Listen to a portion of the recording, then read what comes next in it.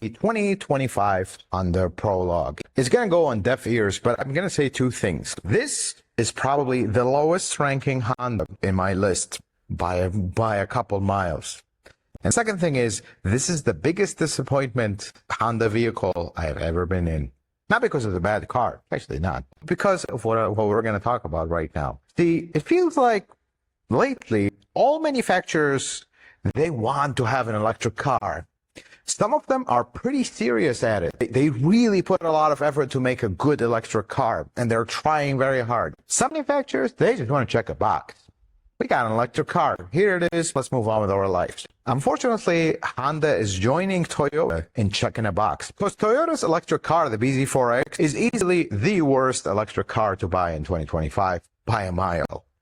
Because they didn't care. They didn't put any effort into it. It's horrendous on every level.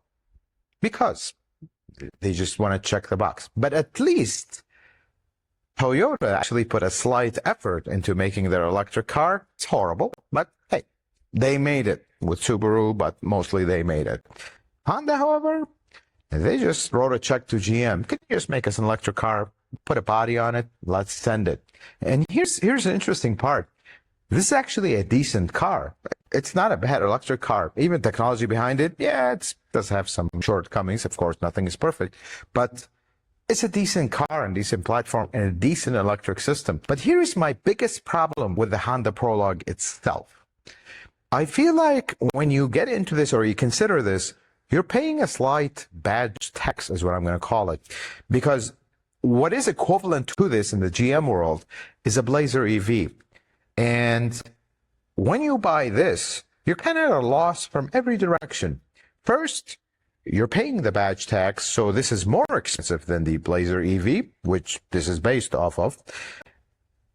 At the lower trims, it is more expensive. At the higher trim, it is more expensive. That's the first problem. Second problem, this gets lower range than the Blazer EV, which they're basically the same car with the same system. I don't know why they get different range. And here's the most interesting part about this.